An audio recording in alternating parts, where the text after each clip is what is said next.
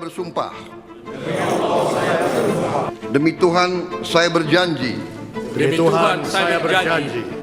Om Atta Paramawisesa saya bersumpah. Om Atta Paramawisesa saya bersumpah. Demi Sang Hyang Adi Buddha saya bersumpah. Demi Sang Hyang Adi Buddha saya bersumpah. Senin sore, Wakil Menteri Kabinet Merah Putih resmi dilantik Presiden Prabowo Subianto. Digelar di Istana Negara, 56 wakil menteri mengucapkan sumpah jabatan. Mereka akan bekerja bersama dengan menteri yang sudah dilantik sebelumnya untuk menyukseskan visi misi pemerintahan Prabowo Subianto, Gibran Rakabuming Raka. Satu persatu wakil menteri yang dilantik hari ini membawa serta keluarga mereka untuk menyaksikan langsung momen istimewa di Istana Negara. Mereka telah berjanji untuk bekerja mengabdikan diri pada negara. Beberapa dari mereka mengaku sudah berkoordinasi dengan menteri. Sebagian lain mengaku sudah tahu apa yang mesti dikerjakan. Ya, saya sebagai orang perempuan, ya secara naluri saya akan lihat nanti serah terima dan juga dengan Ibu Arifatur. Ya, semoga kita bisa sama-sama ya membantu perempuan dan anak terutama. Yang jelas sih Pak Fadlizon sih luar biasa. Dia sudah punya begitu banyak rencana, nanti kita tinggal pembagian tugasnya seperti apa dan langsung kerja. Pokoknya cepat. Tapi yang pasti amanah Bapak Presiden itu bahwa olahraga ingin lebih maju lagi karena tadinya juga sebagai Wamenpora juga ini baru ya, karena tadinya kan hanya menteri aja. Mudah-mudahan dengan saya ada di situ bisa membantu Pak Menteri dan Pak Presiden. Tentu saja kami dari Kementerian Dikti, Sains dan Teknologi, fokus kami adalah yang sudah disampaikan oleh Pak Prabowo, diarahkan sumber daya manusia dalam segala jenjang. Dan dalam segala jenjang ini tentu saja pendidikan tinggi, tetapi juga bagaimana kita bisa mengeluarkan inovasi-inovasi baru.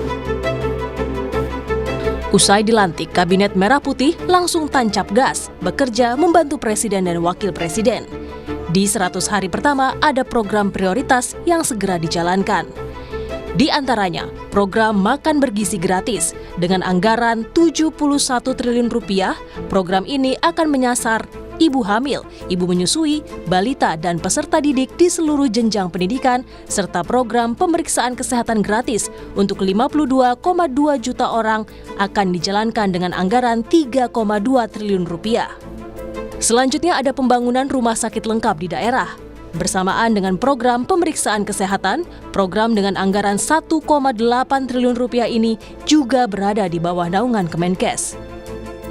Selanjutnya, di sektor pendidikan, ada program renovasi sekolah dan program sekolah unggulan terintegrasi yang telah dianggarkan masing-masing 20 triliun rupiah dan 2 triliun rupiah.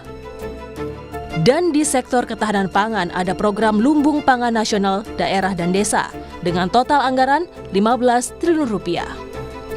Publik memiliki ekspektasi dan harapan yang tinggi terhadap jalannya pemerintahan Prabowo Gibran.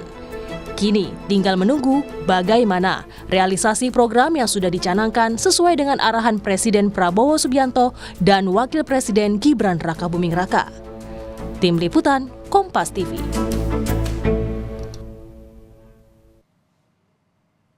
Saudara, usai dilantik Presiden Prabowo Subianto, jajaran Kabinet Merah Putih akan dibawa ke Magelang, Jawa Tengah untuk mengikuti pembekalan. Nah, bagaimana persiapan soal ini kita akan tanyakan pada jurnalis Kompas TV, Cindy Permadi dari Istana Kepresidenan Jakarta.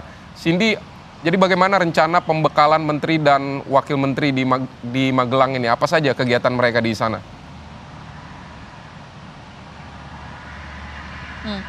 Iya, Vidi, rencananya untuk pembekalan di Magelang akan dilakukan selama 3 hari, dari hari Jumat sampai Minggu, tanggal 25 sampai 27 Oktober 2024, itu yang disampaikan oleh Mensesnek Prasetyo Hadi. Dan kalau dari para menterinya sendiri, sebenarnya mengaku sebelum dilantik mereka sudah mendengarkan kabar itu, soal mereka akan mengikuti pembekalan lanjutan dan mereka diminta untuk bersiap-siap. Tapi untuk detailnya mereka juga tidak tahu. Tapi pada dasarnya, pembekalan yang dilakukan di Magelang pada akhir pekan ini adalah pembekalan lanjutan dari yang sudah dilaksanakan oleh Presiden Prabowo Subianto.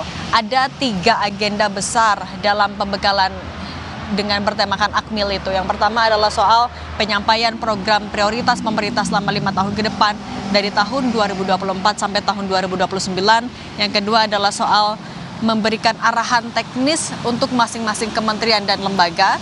Dan yang ketiga adalah untuk mempererat hubungan. Kalau kita bedah satu persatu, misalnya soal penyampaian program prioritas pemerintah. Kita berkaca dari apa yang sudah disampaikan oleh Prabowo Subianto, baik itu dari saat masa kampanye hingga pidatonya ketika dilantik di MPR pada hari kemarin. Misalnya yang pertama adalah soal bagaimana bisa mencapai pertumbuhan ekonomi 8%. Bagaimana bisa menegakkan hukum secara tegas, kemudian agar tidak ada korupsi, kemudian juga soal tidak melupakan rakyat miskin, penyaluran subsidi yang tepat sasaran. Itu adalah beberapa poin yang ditekankan oleh Presiden Prabowo Subianto dan tentu harus diterjemahkan oleh para pembantunya di kabinet, baik itu menteri, wakil menteri maupun juga kepala badan dalam bentuk kebijakan.